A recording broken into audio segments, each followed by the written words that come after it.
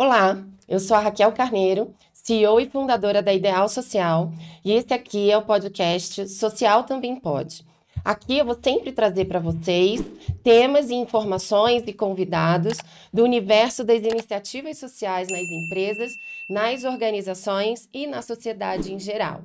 E hoje, começando aqui o nosso movimento, segunda temporada de podcast, Legal. eu estou trazendo a Dani Torres, uma pessoa com quem a gente está sempre junto na ABCR, que é a Associação Brasileira de Captadores de Recursos. A gente tem algumas pautas ali em comum, né? Que a gente vai falar um pouquinho hoje. Mas, Dani, eu queria começar como eu começo sempre. Isso, para mim, eu acho que é algo muito importante. É te ouvir para dizer, depois de tantos anos de atuação na área de cultura, no terceiro setor, olhando para causas sociais, na captação de recursos, enfim, conta um pouco essa sua trajetória, né? E como você decidiu fazer isso, porque a gente sabe que para quem está há mais tempo nessas carreiras de terceiro setor, captação e social, não era alguma coisa tão óbvia, né, para se escolher como carreira e para chegar onde a gente está hoje. Então, me conta essa tua trajetória, por favor. Oi, Raquel, obrigada pelo convite. Primeiro, um super prazer estar aqui com você, que é parceira de lutas, né? De muitas lutas. De muitas lutas. Então, obrigada pelo convite, estou super feliz. E acho interessante você começar por aí, porque eu acho que não é uma carreira escolhida conscientemente, né? Não, né? Acho que a gente vai caindo ali, vai se descobrindo captador de recursos, enfim. Eu fiz museologia, né? Olha que comédia isso, né? Eu fiz museologia, eu gostava muito de arte, cultura, comunicação. Então, na adolescência, aquela dúvida, né? O que eu vou fazer e tal. Fiz museologia, adorei a faculdade. E, de fato, comecei trabalhando com museus. Só que eu dei uma sorte incrível, né? Sorte não, porque aí a gente reduz muito também a nossa participação na coisa, né? Acho que Cuidado com isso. a gente minimiza, não. Acho que tinha já a ver com o meu jeito de ser e com a forma como eu me coloquei desde a entrevista para o estágio. Então, eu sempre falo que foi uma sorte incrível fazer um estágio na área de projetos, porque aí o bichinho dos projetos me mordeu, né? No Museu Nacional de Belas Artes, eu sou carioca, como você sabe, como você, né? Conterrânea. Conterrânea. Então, no Museu Nacional de Belas Artes, eu caí na área de projetos, e isso fez toda a diferença na minha vida, porque entender como é um projeto, né, do início ao fim. Então, eu estava numa instituição perene, que é super importante de entender essa lógica também, de uma Sem instituição dúvida. que, apesar de federal, ela precisava de outros recursos, de uma diversidade de fontes Até para ali, né? movimentar programações, enfim. Exatamente. Então, as exposições temporárias, por exemplo, as grandes exposições do museu, elas vinham de recursos da associação de amigos. Então, ia Exato. entendendo o que era essa associação de amigos. Tudo isso foi muito importante para mim lá atrás, né? E na época eu não E tinha que essa não deixa de ser uma consciência. organização do terceiro setor que apoia a cultura. Exatamente, uma organização do terceiro setor. E aí, quando eu saí do museu, eu fui trabalhar num outro museu, mas eu comecei a fazer projetos paralelos, porque eu conhecia muita gente ali do museu, né? Muita gente me chamava para fazer projetos. E isso aí eu entrego a idade, né? Era o final da década de 90. Pois é, pois é. As leis de incentivo... Final não, quase meio ainda, né? Meio para o final, e as leis de incentivo estavam Início começando de a... uma lei Rouanet que estava pegando, Exatamente, né? Que estava estava começando a se pegar. popularizando. Exatamente, foi a época que a lei começou a funcionar de verdade. E aí eu fui fazer projetos para a lei, um monte de gente no Rio de Janeiro, aquele ovo, né? Imagina Todo o mundo se meio conhece. artístico no Rio de Janeiro. Então todo mundo tem alguém que aprova projetos. E aí eu era super demandada para fazer projetos. Só que eu comecei a ficar frustrada de ver esses projetos ficarem na gaveta, né? Ninguém Sim. sabia captar recursos. Até hoje é tão difícil. E até hoje eu acho que as pessoas ainda têm dúvida, quem está começando com Sim, pequenas organizações, muito. e acha que aprovou, o dinheiro caiu na conta, né? Ainda tem muito E essa tem confusão. muito caminho pela frente. Tem. Que, aliás, é uma das grandes fontes de fake news, né? Essa história de Sim. que aprovou o projeto, o governo vai lá e investe. Não, você Não tem é isso. todo o trabalho de captação para desenvolver. Então, eu comecei a fazer isso. Aí, eu larguei o museu que eu estava e fui empreender. Na época, a gente nem falava isso, né? Qual A foi gente o nem segundo usava. museu que você foi? Que você Eu fui para o estava? Museu Casa do Pontal, maravilhoso, Legal. de arte popular Você sabe que eu brasileira. tive uma passagem também, início de carreira, pelo Museu da República. Ah, eu Não sou adoro. museóloga, mas ali é Ah, lindo. adoro. Maravilhoso. É Também foi um dos meus maravilhoso. primeiros contatos com Lei Rouanet. Tenho amigos lá, trabalhando lá, Gostoso, enfim, né? muito gostoso. E aquele parque, né? Aquele parque que tem É. ali no Museu da República é E aí maravilhoso. você Aí eu criou comecei a fazer carreira solo e projetos, saiu do museu. exatamente. Eu comecei a fazer muitos projetos e isso me tirou da Casa do Pontal. Eu comecei a empreender. Na verdade, na época, eu era só a doida da família que Então, você não tinha noção tinha emprego. disso, que isso era empreender, Não ou do que era tinha. empreender? Não tinha, tô te falando. Eu era a doida da família que não escutava a mãe que queria que eu fizesse concurso público. Claro, Coisas né? do Rio de Janeiro. Coisas do Rio de Janeiro, e É, coisas, né, desse eu vivi lugar isso também. seguro, né, aparentemente seguro, de você ter um trabalho fixo, Isso. CLT. Só que isso foi me dando uma certa projeção no Rio. Eu comecei a conseguir também captar. Eu comecei a. Nada como ser jovem, né? Eu falei, bom, É já que os projetos lógico. ficam na gaveta, então eu vou tentar captar. Vinha fazer muito curso aqui em São Paulo, curso de diferentes áreas, né? De marketing, de Sim. comunicação. E fui me enfiando nas coisas, porque hoje eu tenho essa noção do quanto o conhecimento, o estudo é importante, né? E eu fui estudar muito, eu fui procurar E se hoje a gente saber. tem poucas oportunidades de curso ainda, eu acho que Ainda dá para explorar muito mais, né? dá. Na área de desse setor de Dá. captação, naquela época menos ainda. Então tinha Menos que buscar o ainda. conhecimento em outras áreas mesmo Em outras e áreas. adaptar, né? Exatamente, e adaptar, exatamente. E aí eu fui fazendo essas adaptações, fui criando uma metodologia que também não tinha muito essa consciência. Hoje eu sei que eu tenho uma metodologia. Uma vez me Exato. perguntaram, há alguns anos, e nem tantos assim atrás, me perguntaram, mas qual a sua metodologia de captação? E eu fiquei olhando e falei, ué, Será que eu tenho será isso, que eu né? tenho isso, né? Então, foi tudo muito empírico, Raquel. Foi um processo de ir me descobrindo uma captadora de recursos. E um ponto importante dessa carreira é que eu fui para o outro lado da mesa, né?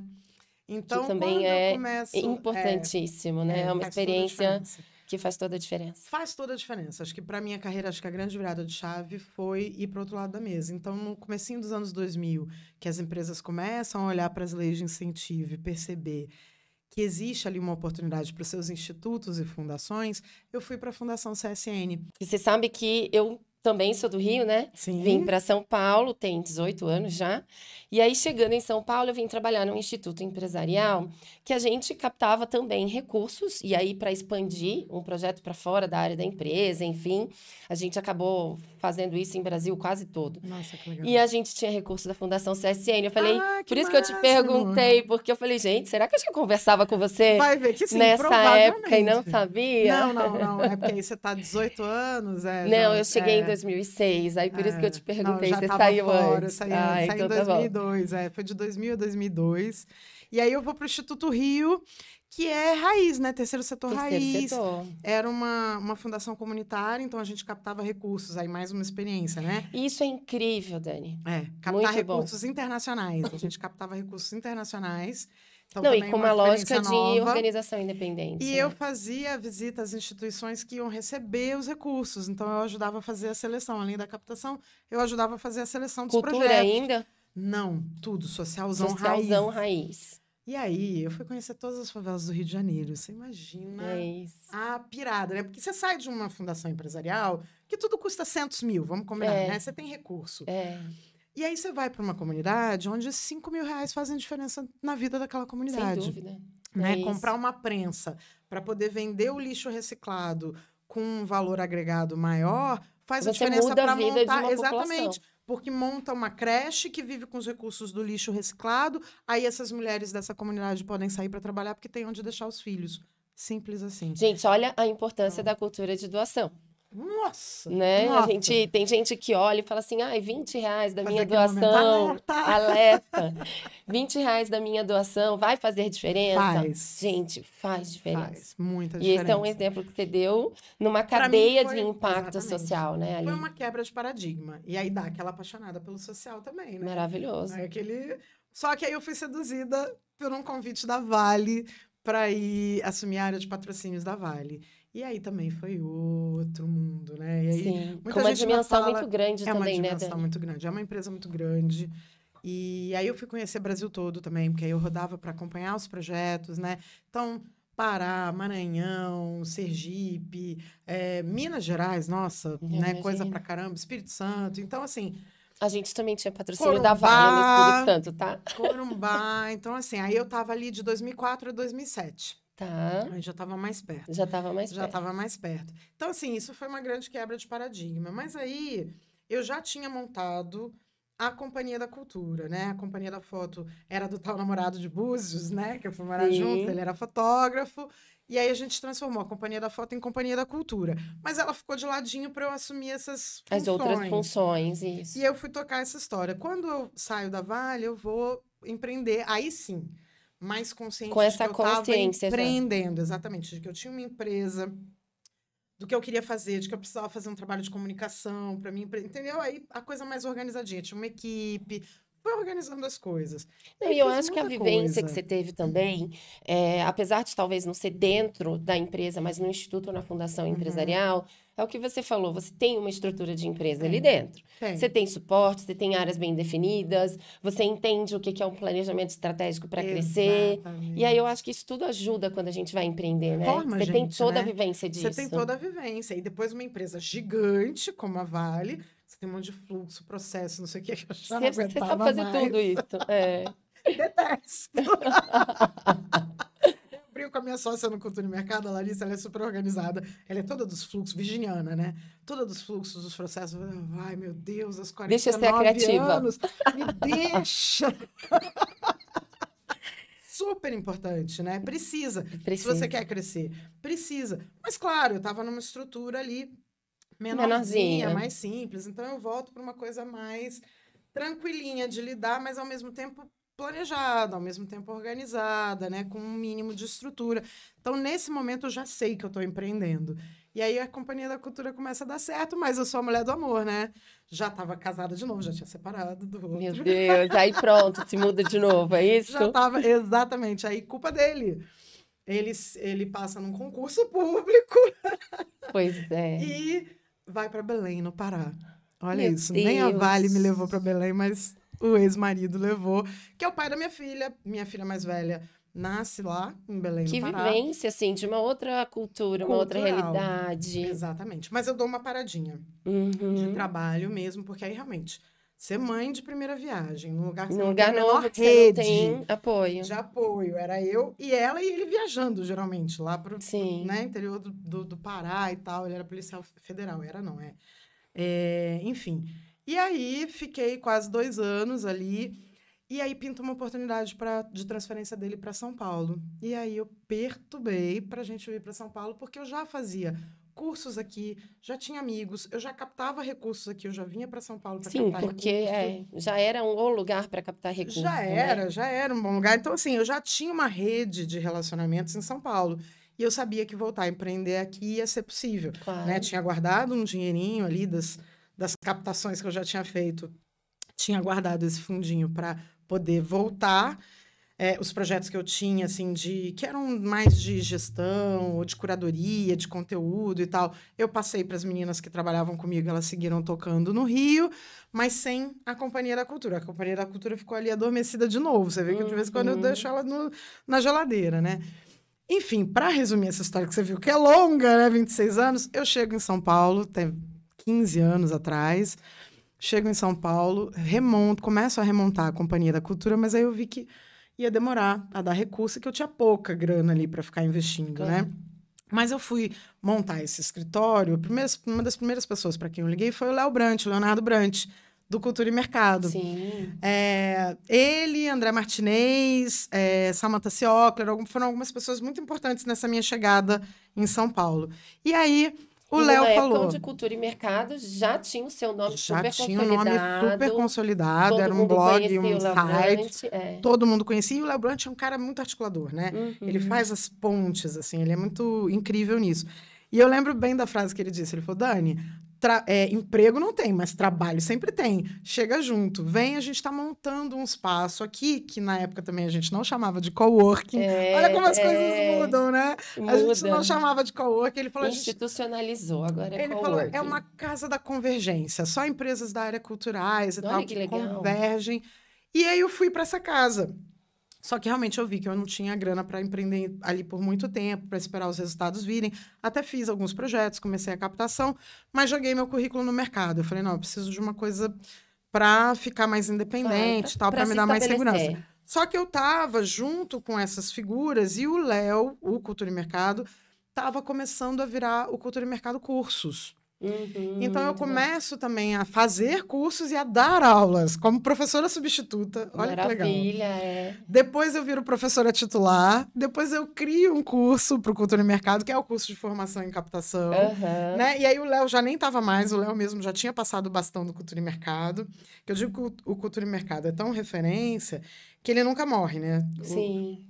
O dono, o gestor, o criador, o sócio, enfim, ele pode cansar, mas ele passa o bastão para alguém, porque ninguém deixa o Cultura e Mercado morrer. Então, Exato. ele teve vários Não, bastões e uma maturidade, eu acho que dele também ali, né? dele, sem dúvida. Profissional, pessoal, Sim. enfim. E ele queria muito trabalhar com direção, né? Sim. Ele tá fazendo filmes incríveis. Então, ele foi seguir lá o caminho dele, passou para Alice e para Mônica. Aí eu também estava sempre próxima das meninas. Então, você vê, eu dividi espaço, compartilhava Claro. espaço. Levei propostas de cursos, dava aula. Então, assim, numa coisa quase que afetiva, né? E Sim. orgânica, eu acabo virando sócia do Cultura e Mercado também, há uns 8 anos. Doida, né? A pessoa não só não ouve a mãe para fazer concurso Pois público, é. como ainda tem 2 empresas na área cultural. Resolve se enveredar num empreendedorismo duplo aí. Mas, enfim, mas antes disso, eu trabalhei em alguns lugares aqui em São Paulo, topei o desafio, principalmente. Aí eu entro muito numa coisa que eu acho que você também deve ter feito muito e faz muito, que é essa coisa do desenvolvimento institucional, né? De montar departamentos de captação. Então, eu ia para dentro de grandes organizações, aí sim, aqui em São Paulo, em grandes organizações, que captavam já muitos milhões, mas que precisavam melhorar a sua estrutura de captação. Sem dúvida. Era quase uma captação meio informal, ou que surgia a partir de um grande projeto feito cresce a alguma estrutura empresa, e depois exatamente. não sabe o que fazer. Como é que a gente sustenta isso, né? Como é que a gente Exatamente. pensa em longo prazo, em sustentabilidade? E aí eu ia para a organização para montar esse departamento, fazer esse planejamento. Então também foram ótimas experiências em que eu cresci muito e eu sempre continuei com a companhia em paralelo. Aí eu nunca mais abandonei Nunca mais totalmente. abandonou. Não, nunca mais abandonei totalmente, mas eu trabalhava nessas grandes instituições, tipo o Teatro Municipal de São Paulo, Sim. coisas assim, IBGC. E isso é muito IDEG. legal porque também vai ampliando esses relacionamentos, né? Para quem atua com captação de recursos, é algo super importante. Super. Aí até que há 8 anos atrás, mais ou menos nessa mesma época que eu virei sócia do Cultura e Mercado, eu resolvo me dedicar realmente à Companhia da Cultura. Porque eu já estava com muita vontade de desenvolver alguns projetos próprios, de me dedicar a algumas coisas que estão ali, né, no coração, enfim. E eu falei, não, eu quero ficar com a companhia e aí sim, eu posso estar num outro lugar de consultora para montar esses, né, departamentos. Eu não preciso estar lá o tempo todo. E aí eu mudo a relação. Então, de lá para cá, Companhia da Cultura. Você continua empreendendo 2 bandeiras. 2 bandeiras, 2 missões aí, Companhia da Cultura e Cultura e Mercado. E uma paulioca, né? Porque me apaixonei mesmo por São Paulo. Eu também. Daqui eu não saio, daqui ninguém me tira, Daqui se eu não Deus saio, quiser. daqui ninguém me tira. Amo rir, gente. Adoro ir pra lá. Também. Mas hoje em dia eu passei. Exatamente. Passear e curtir as coisas boas do Rio de Janeiro. Mas eu adoro morar aqui em São Paulo. Eu adoro, também. adoro. E adoro trabalhar em São Paulo. Também. Acho que faz uma diferença enorme na nossa área. São Paulo, com certeza. Faz São Paulo, uma grande as coisas diferença. acontecem, né? Então... Não, e muito legal, Dani. Eu vou te dizer algumas coisas assim. Olhando tua trajetória, acho que a gente tem muita coisa parecida. Mas eu acho que tem algumas coisas importantes, né? Primeiro, essa consciência sobre o empreendedorismo. A gente não é criado para isso, né? Não. A gente ainda precisa falar muito disso. Tô te falando, minha mãe só recentemente parou de me falar para fazer concurso público. Exato, então... Acho que quando ela percebeu que eu realmente me mantinha sozinha, porque aí eu separei essa história toda. Deu certo, né? Dei certo na vida, ela tem Aí ela relaxou. Mas eu acho isso um ponto interessante, até pra gente conectar com causas mesmo, social.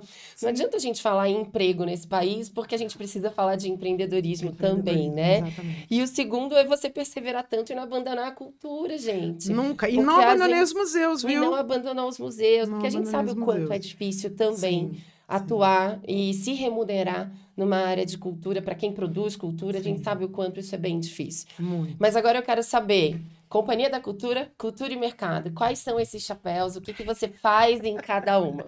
É bem maluco. A companhia, ela tá muito conectada comigo, com a minha história de Claro. vida, né? Então, o Aníbal, que era meu sócio, o ex-namorado, foi um amigo a vida inteira e sócio a vida inteira. Ele faleceu há alguns anos, um pouco antes da pandemia. E ele já era mesmo bem mais velho e tal, tudo bem. E ele faleceu, e aí eu fiquei sozinha com a empresa como sociedade, eu fiquei sozinha mesmo. Mas tem uma equipe pequena e que eu não tenho a menor intenção de ampliar, porque as pessoas ligam o tempo todo, você vive isso, eu tenho certeza. Exato. Você capta para mim? Vamos captar? E eu falo, gente, eu não quero expandir, transformar a Companhia da Cultura numa empresa enorme, Gigantesca. porque eu vou virar gestora de RH e eu vou deixar de fazer o que eu gosto, que é estar com as isso. pessoas, é captar, é fazer esse planejamento, né? Lidar ali com as leis de incentivo, ainda eu gosto, apesar, né, de às vezes a gente ficar meio cansada, mas eu gosto muito. Então, a companhia tem uma estrutura pequena, eu dirijo a companhia, então eu tenho muitas funções ali, né, de coordenar uma equipe, mas basicamente a gente faz captação de recursos para terceiros, eu presto algumas consultorias também, e a gente tem uns projetinhos próprios, né? A gente tem projetos de teatro em escolas públicas, e assim, de preferência, quanto mais longe, melhor. Né? Levando temas relevantes, então, meio ambiente, educação financeira, né? Conscientização ambiental, os ODS e tal. A gente sempre pensa em temas bem relevantes, constrói junto com companhias de teatro bem bacanas Isso é muito legal. essas peças, né? Com dramaturgos mesmo e tal, e monta elas num formato bem itinerante, que é para a gente poder levar para onde não tem... Exatamente, para onde não tem acesso. Então, onde você imaginar, a gente já foi para Água Azul do Norte, lá em cima, no Pará. Isso é muito legal. Interiorzão de Centro-Oeste. Sempre cultura, sociocultural? Sempre sociocultural. A Companhia da Cultura atende muitas organizações sociais, né, na captação de recursos. Porque a gente sai de capital, é quase inevitável. Quase inevitável. Acaba sendo um projeto sociocultural. E a gente tem projeto de leitura também. A gente tem incentivo à leitura, que eu acho que é uma causa que eu gosto muito, amo. trabalhei também muitos anos. Pois é. E aí a gente tem projetos de bibliotecas comunitárias que a gente implanta também, que a gente faz toda uma formação com a comunidade. Então, a biblioteca é da comunidade, gerida pela comunidade, né? E aquele acervo fica, mas de uma forma que ele não fica lá, só entrega uma biblioteca, um monte de livro, um acervo. E que não é só livro também, né? A gente tem jogos, brinquedos, música, é uma biblioteca bem dinâmica. Então, são duas causas aí que a gente tem, que eu acho que tem um impacto social muito grande. A gente tem tentado trabalhar essa questão da medição, dos resultados, dos impactos. Então, acho que tem um impacto que é social também, mas sempre pela via da cultura, né? Então, essa é a Companhia da Cultura. O Cultura e Mercado, ele já tinha esse histórico, né? Eu sempre brinco quando eu falo do Cultura e Mercado, que eu falo, gente, eu posso falar sem modéstia, porque não fui eu que criei, né? Então, eu posso falar muito bem do Cultura e Mercado, porque qualquer coisa a pessoa começar a achar assim, nossa, ela, que metida, né? Ela falando da empresa dela. Me elogiando, não é o caso. Não, eu já peguei o Cultura e Mercado. Acho que, assim, o Cultura e Mercado, ele tinha questões sobre a própria sustentabilidade, né? Ele era uma empresa que não se mantinha muito, acho que por isso esse cansaço e essa passagem de bastão de todo mundo, porque ele não conseguia se sustentar muito. E aí, acho que tem uma importância muito legal dessa duplinha que eu formei com a Larissa, que é a minha sócia no Cultura e Mercado, eu e a Larissa Biasoli. Eu entrei primeiro e depois ela veio meio pandemia, assim, no meio da pandemia ainda. Foi um período super difícil. E é isso, eu já entrei numa empresa no vermelho, eu sabia que ela estava no vermelho. E a ideia era um pouco que eu pudesse captar, mas você sabe que lição de casa não faz milagre, né? A gente quase não capta pra gente mesmo, né? E tem um senso de urgência, eu acho, que também acaba prejudicando um pouco, né? Exatamente. Porque aí, além de tudo, a urgência é sua. É sua, exatamente. Mas o que acabou dando certo? Eu acho que essa rede de relações, de contatos, acabou trazendo muitos projetos, né? Então, eu fui trazendo muitos cursos em company, muitos contatos e projetos que foram nascendo ali no Cultura e Mercado e foram trazendo um recurso muito importante. E aí a Lari, com toda essa organização, esse olhar financeiro, ela foi me puxando pra terra, né? Ah, Vem aqui. assim é muito bom. Vai puxando a minha orelha, é mó barato. Ela é 10 Quando anos tem mais essa nova que duplinha, é eu, muito né? bom. É ótimo. Ela vai puxando a minha orelha, me bota lá para trabalhar no financeiro, no administrativo, né? Mas é isso. Eu acho que a gente conseguiu organizar. Hoje, Cultura e Mercado é uma empresa saudável, é uma empresa que está no azul e que a gente tem buscado, claro, manter, ampliar, mas enfim, a gente conseguiu aí segurar essa onda e dar essa virada. E o Cultura e Mercado é o chapéu dos cursos, é o chapéu da formação, que eu acho que é uma missão. Também tenho isso muito em comum com a Lari, a gente tem isso como missão. Existe uma intenção, posso vazar aqui assim em primeira mão? Uau, informação em primeira mão. Existe uma intenção, a gente deseja muito transformar o Cultura e Mercado num instituto. Maravilha. Para ele ser sem fins lucrativos e a gente oferecer cursos gratuitos ou quase, a preços muito acessíveis para trabalhar essa formação fora aqui do eixo, sabe? Assim, Muito bom. por enquanto, isso tem vindo com projetos. A gente está com um agora na estrada, começa semana que vem, que é a Caravana Energia da Cultura. A gente tem feito isso por projetos, mas a gente quer transformar isso num formato perene. E aí, para isso, a gente está trabalhando essa captação, né? Legal, essa estruturação, esse planejamento todo, para a gente chegar lá. Mas é essa missão, para a gente é missão, sabe? Colaborar na profissionalização do setor é uma missão. E tem o lado jornalístico, né? O lado da informação, que é fundamental, né? Conhecimento. Informação e formação é uma duplinha também, né? Super necessária. Super necessária para o setor cultural. E que tem uma conexão com a origem mesmo, com a origem. Do Cultura e Mercado Cultura como blog. Começa um blog, Exato. vira um site, e muito depois é que ele chega nos cursos, né? Então, a gente tem esse desejo de trazer de novo Cultura e Mercado para esse lugar de um site um veículo, né, bem importante. Hoje a gente está sem um jornalista permanente, né? A gente tem um podcast também. A gente tem tentado fazer de algumas formas, né, manter ali o site. Tem uma parte super importante de editais, que isso vem, que a gente já tem até pela tradição, então isso continua super atualizado e tal, da informação dos editais.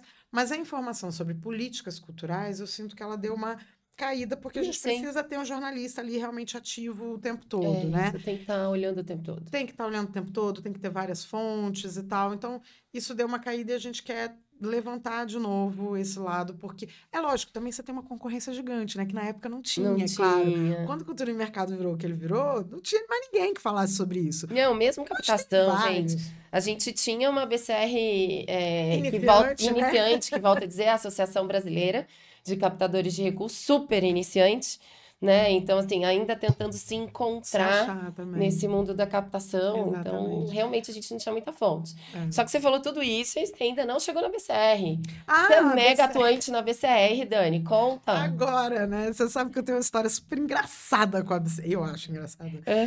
Eu sou o 012. Eu sou quase uma fundadora. Você é associada 012? Eu sou 0012. Uau! Eu sou quase uma fundadora. Só que a BCR meio que não existiu no começo, né? Aí um dia, anos depois, eu fui lá, me filiei e tal. Não sei nem como que eu achei a BCR lá no Rio ainda, aquela coisa novinha. Me filiei. Anos depois, alguém me manda um e-mail dizendo que eu tinha que pagar a anuidade e tal. Eu dei a maior bronca, mandei um e-mail... Exatamente. Mandei um e-mail super mal criado, falando que era um absurdo, que eu tinha pago e ninguém tinha nada, não tinha nenhum site, não tinha nada tinha funcionado, ninguém tinha me procurado. Aí acho que já era o Extravis, ou o Extravis com JP, não sei, não lembro mais quem que me respondeu super educadamente, explicando que era uma nova gestão, que eles precisavam do recurso para... E aí eu resolvi dar um voto de confiança. E realmente, aí a BCR começa a funcionar. Só que aí é isso, eu estava nessas transições todas, né? Cuidando da minha vida, não acompanhei muito. Quando eu venho para São Paulo, presencial um pouco antes, eu cheguei aí no Festival ABCR, que foi lá no Espírito Santo, mas quando eu venho para São Paulo, né, morar em São Paulo presencialmente, é que eu começo a ter mais contato com a ABCR. E aí eu começo a participar, e hoje, acho que de uns anos para cá, né, umas puxadas, assim, do JP. Ainda como líder puxadas ou empurrões, né? O JP ia me empurrando, assim, vai, pega isso aqui. Mas agora como líder do GT. de cultura ainda. Você está na Sim, liderança. um convite da Sandra Helena Pedroso, que é minha parceira na liderança Sim. desse GT. E ela me chamou para dividir essa bola com ela. Mais uma carioca também, né? Eu já falei com ela que eu quero que ela venha gravar também. Ah, que Se legal. tudo der certo, mas é que ela ainda está no Rio, então Ela tá ainda lá. estou Fica na mais tentativa de difícil, agenda. né, de agenda. Mas ela, enfim, então temos sido parceiras nisso. Aí estou na liderança do GT, faço parte do comitê de ética também. Da Super BCR. importante, vamos falar disso ainda. Pois é, então estou eu aí trabalhando voluntariamente, mas acho super importante. Eu acho que a BCR cresceu muito, a BCR se organizou, tomou um lugar muito Também acho. importante. O fato da gente ter já a profissão, pelo menos listada, né? Na CBO, Exatamente, na CBO, é muito importante. Então, acho que fez avanços. O festival ajuda muito. Eu vejo os alunos, né? Eu indico muito os alunos. Gente, acompanha, entra na BCR, vai no O festival. próprio festival, eu acho que amadureceu muito. Muito. Né? Cresceu e amadureceu do ponto de vista de Sim. conteúdo nos últimos Eu fiz anos. parte do comitê do ano passado. Desse ano, não. Esse ano foi muito melhor até, eu acho. Foi muito bom mesmo. E do ano passado eu fiz parte até do comitê também do festival, do comitê científico do festival. Então são várias experiências também na BCR. Eu curto muito porque também são essas experiências que me dão presentes como você, né? Da gente se conhecer, eu se acho que aí a aproximar. gente também exerce aquilo que a gente acredita. Exatamente. Porque aí a gente ajuda a fortalecer realmente pequenas organizações que precisam ter acesso a mais informações, ou pelo menos saber um caminho para achar essas informações. Eu acho que isso também me move muito. Adoro fazer tudo na BCR, adoro ser voluntária nas ações da BCR. O seu GT é maravilhoso. Eu amo aquele GT. Eu amo aquele GT de desenvolvimento institucional. Um dia vai chegar perto do movimento que tem o GT. Gente, esse tema, você sabe, desenvolvimento institucional, para mim, onde eu vou, eu falo. E nos últimos 15, 18 anos ali sempre falando. Que legal. Porque, de fato, eu acho que a gente ainda tem muito para fazer nessa direção. Mas aí eu queria te perguntar, você foi ali, ó, Instituto Empresarial Rico, Instituto Independente Pobre, você foi para todos os lados, mas olhando a atuação até, a proximidade que você ainda tem hoje em dia de pequenas organizações que trabalham com projetos socioculturais, porque a gente sabe que a gente sai do eixo, principalmente das capitais aqui, Sudeste, Sul, a gente sabe que todo mundo acaba sendo sociocultural, porque tem uma questão de envolvimento de comunidade nas associações, não necessariamente são organizações, né, com envolvimento de governo, como a gente tem os grandes museus no Rio, São Paulo, etc. São organizações que têm uma questão independentes, de né, independência, que dependem de recursos externos para funcionar. Quais você diria hoje, com essa experiência toda que você tem, que são os principais desafios para essas organizações? Eu acho que a gente já falou deles aqui, informação e conhecimento mesmo, né? A gente vê muito que fora do eixo Rio, não vou nem dizer Rio-São Paulo, viu? Porque eu vou dizer fora de São Paulo, capital, a gente chega aqui do ladinho, não precisa ir muito longe. Falta muita informação. Então, eu acho que essa questão de uma formação qualificada realmente é uma questão. E tem também um lado, assim, de entender a importância desse desenvolvimento institucional, como você sempre fala. Porque o que acontece? A organização, às vezes, está muito focada no resultado. Ela nasce por uma causa. Sim. E as pessoas são apaixonadas por essa causa. Então, eles querem resolver... Exatamente. Eles querem resolver o racismo, eles querem diminuir as crianças na rua, eles querem... Enfim... E são causas sempre muito relevantes, né? São sempre muito importantes.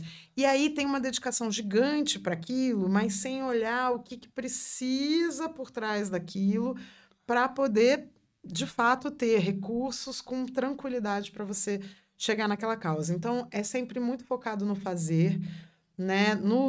Na causa em si, e pouco focado na própria estrutura da organização. Então, ainda é muito comum... quando eu sou chamada e vou lá conhecer as organizações para fazer algum tipo de consultoria ou pensar a captação e tal, tá todo mundo pensando naquela captação imediata, né?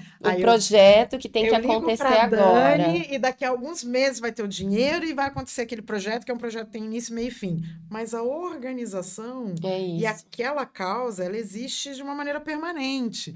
Então, como é que você pensa isso, né, no longo prazo, né? Então, eu chego, geralmente sou chamada para fazer milagre, e aí eu brinco, não tem mãe Dani do patrocínio, não pago o Não adianta patrocinador que não é só amado. apagar o fogo.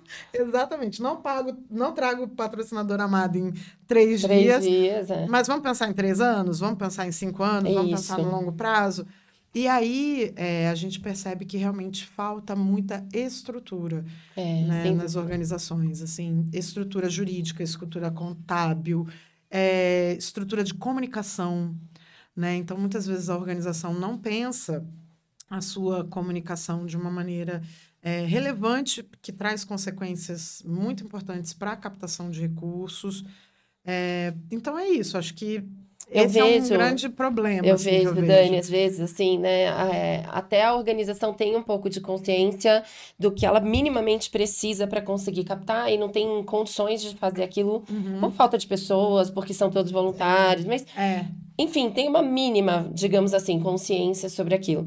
Mas eu acho uma coisa bastante curiosa ainda, é que essas organizações menores, e aí não só socioculturais, mas uhum. todas de cunho social, elas ainda não conectam intuitivamente a questão de governança e gestão com o resultado da captação. Não, Então, vou captar e, assim, o meu projeto parece, e é projeto, nunca é a nunca é a instituição, instituição, exatamente. parece que enquadra, então eu vou lá Eu vou numa enquadrar, lei, exato. exatamente. E aí, muitas vezes, até na hora de firmar um contrato de patrocínio, é que percebe que não está preparado do ponto de vista nem legal para isso. Exatamente. E muitas vezes ela não dá conta. Ela não Ela consegue. entra na lei e aí ela não sabe fazer a gestão, muito menos prestar contas. Não, E aí ela se embanana toda, né? Ela se embola exato. toda. E Então, até falta documento, enfim, né? exatamente. Não tá efetivamente preparada Ou para pensa o exercer. projeto daquele ponto de vista da valorização da causa, e aí você vai lá ver o projeto, não tem nada pensado de comunicação, não tem verba de Não, comunicação. não tem Você gestão, fala, não nossa, esse é o tem. momento que você podia aproveitar para ter aqui, ó, 15% para o administrativo, para gestão, você podia aproveitar para ter uma comunicação bacana, não só para o projeto, mas que fica ali um tempo, né, colaborando com a organização como um todo. Aí você vai ver o projeto não tem isso no orçamento, porque está focado lá na É. causa, né? Não, e até para contrapartidas, né? Quando fala para o Sim. patrocinador, O que aí que eu fala assim: o ofereço que para o que eu ofereço? Aí patrocinador? fala, mas gente, tinha que ter pensado antes de aprovar o projeto, não Exatamente. depois de aprovar, que Esse não tem recurso pensamento financeiro para global, nada. é isso, Raquel. Esse pensamento global ainda falta muito. Então, esse pensamento por projetos, e de uma certa maneira, eu sou fã e eu defendo as leis de incentivo, o legado delas, eu acho que elas trouxeram mais coisas positivas do que negativas. Mas uma das questões negativas foi esse vício que a gente adquiriu. De trabalhar por projeto. Eu concordo com você. Exatamente, de Eu trabalhar por também projeto. defendo, mas eu acho que a gente precisa superar esta Exatamente. forma de planejar onde a Sair gente dessa só olha lógica. o projeto em um ano no máximo. Se Exatamente. não menos, Se né? não menos, Se não geralmente. menos. Na cultura, muito Menos. menos, muito É, menos. exatamente. Mas aí, ok, temos Um cenário. um cenário ali de pequenas organizações, e a gente sabe que são muitas, Sim, né? A grande maioria, sim. talvez, no Brasil. Dicas. O que você daria? Você vai lá pro interiorzão, levando a Companhia da Cultura, A Mãe gente Dani do patrocínio, estão pedindo para você resolver o projeto para aquela comunidade, trazer esse dinheiro em 3 dias. O é que que você bem traz de isso. dica? A- Que outras que talvez estejam assistindo também poderiam Possam, aproveitar? Bom, primeiro formação, né? Não tem jeito. Mas eu acho que o que acontece muito é que elas escutam a gente num segundo momento, né? No primeiro é a urgência. Mas no segundo momento elas vão escutando e vão entendendo isso, que elas precisam formar essa equipe, pensar a gestão e, como você falou muito bem, trazer a entender que a gestão, que a governança, que isso tudo está conectado, né? Que a comunicação, que isso tudo está conectado. Então, aos pouquinhos, eles vão pensando nessa transformação da instituição e numa ampliação ali de equipe. Lógico, tudo muito lento, porque vai dependendo também dos recursos, né? Mas eu acho que a grande dica é começar com um bom planejamento estratégico, Perfeito. pensar no longo prazo, diversificar fontes. Então, eu trabalho Maravilha. muito nessa Sem dúvida. questão, eu bato muito nessa tecla. Gente, tá bom, vamos fazer o projeto para o incentivo fiscal, vamos correr atrás das empresas, porque é urgente. É de onde pode vir um dinheiro mais rápido, tá identificado que é isso? Então, tá bom. Vamos fazer isso sim. Mas vamos no paralelo, vamos pensar captação pessoa física, dá? Aí vai depender de cada organização, né? Enfim. Aí tem que analisar mesmo, diagnóstico, mas do existem diagnóstico. possibilidades. Mas é isso, vamos pensar, ó, essa aqui tem perfil de captação de recurso internacional. Vamos olhar para isso? Ou essa aqui tem potencial de geração de renda, gente. Olha aí, tem... Vamos pensar nessa geração de renda? Então, vamos começar a diversificar. Dá para captar emenda? Sem dúvida. Nossa, quantas quando a gente vai até para municípios menores, olhar para os vereadores, sem dúvida. Exatamente, né? Tem, às vezes, ali muito próximos, ligados relacionamento que você acessa. Exatamente, que tem acesso. Então, aí Muito a gente bom. começa a ampliar esse olhar, acho que principalmente para essa questão da diversificação. Tá bom, eu faço o que vocês querem, eu capto, eu vou atrás do dinheiro do patrocinador ali, empresa, pessoa jurídica, para começar a trazer esse recurso para cá. Mas vamos olhar para essa gestão. E aí é muito legal. Eu tenho uma organização, por exemplo, pequena, interior aqui de São Paulo, que a gente começou a trabalhar 4 anos atrás, em plena pandemia.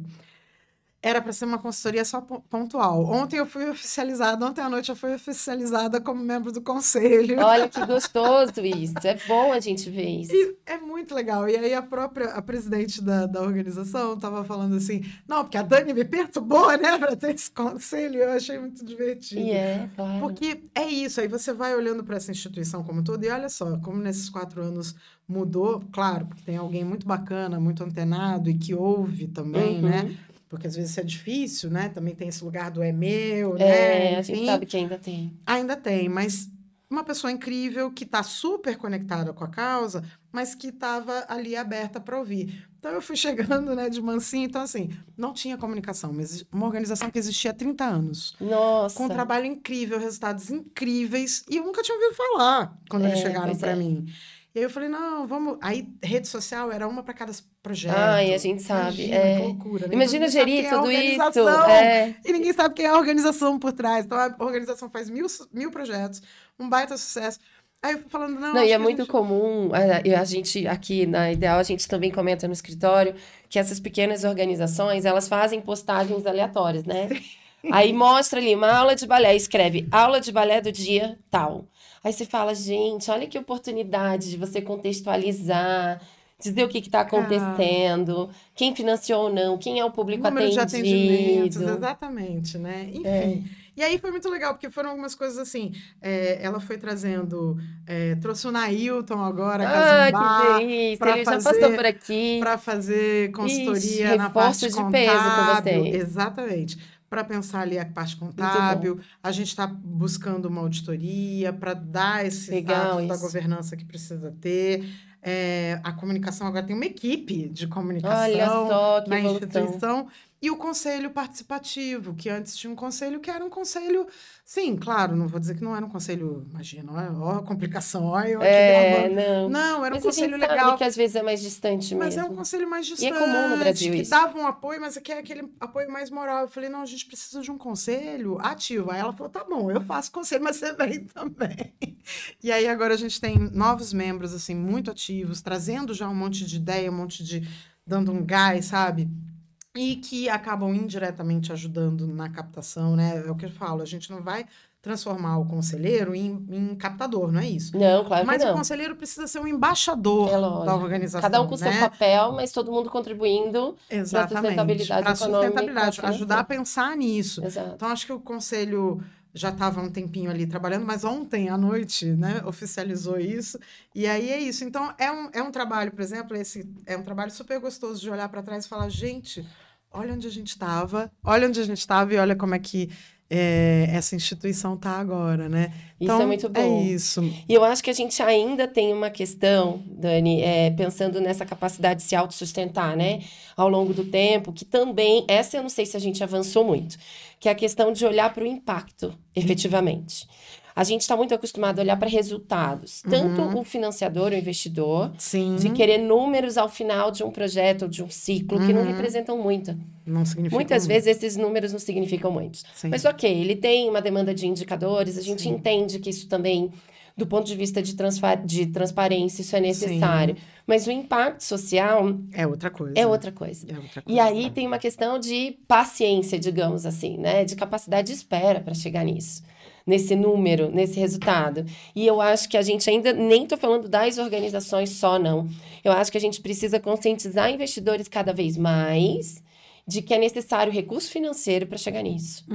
Porque você tem que acompanhar E esses prazo, resultados exatamente. ao longo de Então, a muitos gente está anos. falando de anos, né, de investimento. Exato. Não dá para ter esse resultado rápido, né? E não vai ser só o incentivo fiscal que vai investir para isso. Não, Vai precisar olhar recurso direto também para exatamente. comprovar, ajudar a comprovar a responsabilidade de todos eles. Exatamente. A sua pergunta já tem a resposta, é Nós isso. não, A só gente da organização. precisa muito fazer um trabalho de formação também com os investidores, né? As pessoas querem resultado rápido, o resultado que é esse, numérico, né? Numérico, Rápido, então querem projetos pontuais também. Não tem essa cabeça, né? Essa mentalidade de estar ali investindo anos no mesmo projeto, né? E buscando esse impacto que vai muito além do resultado numérico, daquele ano. Ciclo, exatamente. Exatamente. Então, são vários ciclos para você ir melhorando, para você ir avaliando, poder ir qualificando. Então, tem um trabalho também, eu acho que é de formação do investidor, que falta, né? Muito. Eu acho que é um papel, até que o Cultura e Mercado tem tentado também, a gente já fez seminário de gestão de patrocínios, acho que a gente precisa desse movimento. A gente tem algumas ideias aí, algumas vontades de fazer cursos assim, mas eu acho que também tinha um papel aí do governo que seria muito importante de trabalhar mais próximo dos investidores. Não só para direcionar, acho que, por exemplo, essa gestão do Ministério da Cultura, né, falando dessa área que é mais confortável, está mais próxima para mim, tem feito um trabalho muito legal de chamar o investidor para, olha, vamos investir no projeto da favela, né, a Rouanet das Favelas, vamos investir fora do eixo, então vamos descentralizar, vamos para o norte, nordeste. Esse movimento é super importante. Mas acho que ainda falta, ainda pode ter um pouquinho mais, que é essa conscientização para esse investimento de longo prazo, para essas parcerias, para essa busca por umas avaliações, né, que sejam mais profundas e que a gente pense em outros impactos. Mas mesmo a gente, né, e voltando para o lado de cá do proponente, né, mesmo a gente também ainda faz avaliações muito... Eu acho que no terceiro setor, né, pensando no socialzão, já há esse olhar, porque o impacto é o mais importante. Na cultura, que eu acho que a gente está se conscientizando aos poucos e melhorando recentemente. Entender que o que a gente faz tem um impacto muito além daqueles impactos subjetivos que nós da cultura sabemos muito bem, que quem não é da cultura não consegue entender, não alcança. E aí a gente fica nessa separação. Então cultura não é importante, né? Cultura... Ou não precisa medir isso, ter esse olhar do impacto. Então, por não ter esse olhar, você não vê importância na cultura, né? A cultura não a saúde e a educação são prioridades. Mas como é que você faz uma campanha de saúde? Você vai precisar de um jingle, você vai precisar de uma música, você vai precisar de uma caricatura. De uma capilaridade do interior do Brasil. Você precisa da cultura, é o lúdico que faz você fazer uma conscientização. O impacto na saúde mental a gente viu na pandemia, né? O quanto foi necessário ter a cultura ali disponível, gratuita, pelas lives, não sei o quê, para as pessoas não surtarem no isolamento social. Então, o impacto direto que isso tem na saúde, e que está super comprovado pela ciência, né? Então, segurança... A própria assistência social lança muito mão da cultura para as atividades, porque ela precisa desenvolver. Sim. Então, assim, na verdade, a cultura... Bom, saiu ontem, né? Cultura como eixo transversal para os ODS, para a Agenda 2030, né? A ONU reconhecendo aí, que na verdade ela já vinha falando, né? A ONU já vinha falando que a cultura era eixo transversal para a Agenda 2030, né? Para os Objetivos do Desenvolvimento Sustentável. Mas não tinha oficializado isso ainda, né? E ontem ele oficializou. Então, eu acho que é isso, né? Então, a cultura está nesse eixo. Fora os impactos econômicos, também é uma abordagem recente das pessoas se darem conta de que a cultura gera emprego, gera renda, né? Que a gente emprega mais que a indústria automobilística. Adoro falar isso. Claro. Adoro falar isso, gente. A cultura gera mais emprego do que a indústria automobilística. É isso. Né? Que tem um incentivo fiscal muito maior, né? Mais emprego que a indústria farmacêutica, que a indústria têxtil. Então, assim, e é um emprego muito mais descentralizado, né? Pelo país todo. Então, entender que a gente gera renda, entender que para cada R$1 da Rouanet volta R$1,59, ou seja, é investimento, né? Então, esse dinheiro volta para o cofre público, para fazer saúde, educação, o que for, a emergência do momento, a necessidade, a prioridade.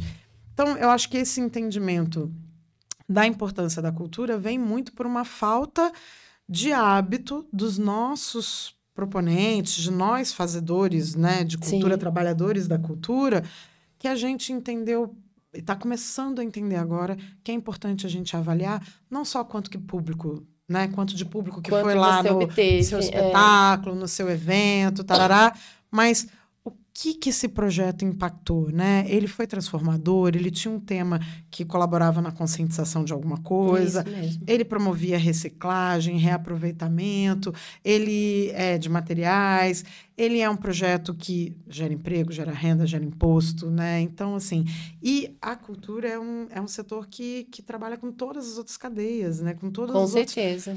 Ela impacta em todos os outros segmentos. Então, assim, a gente, para trabalhar com cultura, a gente precisa do contador, do advogado, do marceneiro, do taxista, do hotel, da passagem aérea. Então, assim, são tantos Movimenta. outros. Movimenta, né? Do figurino. Então, é a costureira, é o tecido. A gente movimenta todas as outras indústrias, né? Então, é super importante ter essa consciência. Mas a gente mesmo não tem. Quando tem, fala pouco disso. Exato. Eu acho que fala pouco disso. A gente Muito não pouco. conta, a gente avalia pouco ainda. Uhum. E quando a gente avalia bem os resultados, faz isso tudo, a gente no máximo apresenta isso para o patrocinador. Isso. A gente não apresenta para a sociedade, às vezes nem para os nossos pares, nem os próprios artistas envolvidos ali no projeto ficam sabendo todo o impacto que aquele projeto gerou. Então tem uma caminhada Essa narrativa longa, a gente precisa levar mais longe, né? muito mais, aprofundar isso muito. E aí eu queria falar um pouco mais de Lei Rouanet, porque a gente sabe que a cultura depende muito da Lei Rouanet ainda, né? A gente não está falando Mais dos do que deveria. grandes espetáculos, a gente está falando de um Brasil inteiro, né? Sim. Que está aí fora dos principais eixos e que depende dessa Lei Rouanet para tudo, para Sim. movimentar a cultura local, para gerar emprego e toda essa cadeia que você mencionou. Eu queria trazer que você fizesse duas análises, tá? Primeiro, eu queria que você fizesse uma análise olhando para o proponente. Quais são os principais desafios hoje que um proponente enfrenta? Porque a gente sabe que é burocrático, são processos que você tem que ter um cuidado enorme, tem que ter um grau de conhecimento talvez mais aprofundado, enfim. Sim. O que você entende ali que são os principais desafios de uma organização pequena que está para dentro do Brasil e que precisa acessar uma Lei Rouanet? Ela, às vezes, não tem nem a documentação toda que ela precisa ter para entrar na lei. Então, a lei, ela é muito democrática, né? Ela permite que todo mundo possa participar, mas ela tem as suas dificuldades, Porque né? é recurso público e, naturalmente, tem que Tem seguir que ter, ritos e lógico, tem que processos, seguir ritos e processos, faz parte. Porém, isso afasta um pouco quem está começando, os amadores, ou pessoas que estejam realmente em comunidades muito distantes onde a informação não O chega. acesso é mais precário, Exatamente. Pensa numa comunidade indígena que está realmente muito afastada e tal, mas que queira fazer um projeto e queira trazer. Eles não têm essa documentação Sim. toda, né? Então, como é que acessa? Como é que faz um projeto? Como é que pode acessar esse recurso? Então, a gente precisava ter aí também uns outros mecanismos diferenciados para poder atender algumas demandas específicas, né? Mas para quem está tentando se enveredar por isso, primeiro olhar para si próprio, olhar para essa organização e ver se ela tem todas as documentações necessárias, né? Fazer a leitura da lei, conhecer a lei, né? Ler, reler, entender o que é a lei, para entender se está dentro dos critérios mínimos para poder ser proponente. Sem E dúvida. aí eu volto de novo na questão da formação, né? Tem uma série de formações gratuitas, o próprio Online. Ministério disponibiliza manuais, né? Então, tem que ler, gente, tem que olhar os conhecer documentos. para poder fazer aquilo de uma maneira correta, porque realmente dá muito trabalho. Então, assim, para o proponente, não sei se eu respondi a sua pergunta, era quais as Sim. dificuldades, né? Os desafios. Eu acho que os desafios são muito de gestão mesmo, né? Porque a gestão de um projeto incentivado, ela é bem delicada, ela é bem burocrática. E essa exigência, né, da prestação de contas. Então, você tem todo um olhar que tem que estar desde o início no Acompanhando planejamento do tudo. projeto. Você já tem que pensar que você vai prestar contas daquilo. Então, como é que você vai fazer para que aquilo realmente funcione e você consiga prestar contas? E não depende só de você, o proponente. A gente, por exemplo, fazendo o projeto, né, viajando aí pelo Brasil todo, a gente tem muita dificuldade de encontrar com o fornecedor. Sim. Porque às vezes o cara vai fornecer... Pegar um exemplo real, tá? Para vocês verem que não é brincadeira. Fornecer um coffee break. Então, achamos a pessoa, né, recomendada, local, para a gente também Fomentar, lógico, a fomentar economia localmente. local. Exato. Local, ali e tal, super recomendada, um coffee break super legal, fez uma proposta super bacana, aí ótimo, vamos conseguir fazer, vamos contratar. Aí a nota fiscal da pessoa é de, sei lá, Qualquer outro KNAI que não isso. que não isso, tudo menos alimentação, menos alguma Isso. coisa ligada a isso. Aí a gente fala, então, não dá, Não né? Não pode. pode. Então, assim, você tem que ter ou um tempo para a pessoa se regularizar, né? Ou a gente vai ter que buscar outro fornecedor aí todo aquele tempo, aquela negociação, aquela escolha, tudo aquilo. E se expectativa pede, mesmo, E né? expectativa, né? E aí, assim, era melhor, era Era a localmente melhor recomendado. opção. Não vai poder ser, então vamos para o plano B e tal. E quem olha de fora ainda critica porque não entende que tem Por que tudo que não isso. fez com Por que que não fulana, que era fez? maravilhosa, né? Então, É. mas fulana não tinha, ela não tem uma empresa de alimentação, ela não pode prestar esse serviço, né? Então, E é engraçado que eu acho que, assim, sobre especificamente Lei Rouanet, a gente tem movimentos de altos e baixos, eu acho, né? Do que vira notícia e o que não vira. assim, Então, aquilo que um monte de leigo fala, que não entende a complexidade da legislação, e aí traz uns comentários que só vão denegrir tudo que está sendo feito de bom, aquela coisa toda, vira uma grande notícia. Agora, aquilo que precisa virar notícia sobre as boas práticas, que são muitas, não viram notícia. vira. Eu sempre recomendo a leitura do livro do Enilton, né, que voltou a ser o atual secretário. Isso. Quando ele saiu do ministério na outra gestão e ele publicou um livro sobre os 25 anos da Lei Rouanet na época, né, que é o Lei Rouanet muito além dos fatos, né? Exato. O F entre parênteses, né? Muito além dos atos, fatos. Então, é um livro muito legal para a gente entender o quanto a Lei Rouanet impacta positivamente esses pequenos projetos, para a gente desmistificar essas coisas todas que falam, que só os grandes musicais, que só os globais e famosos.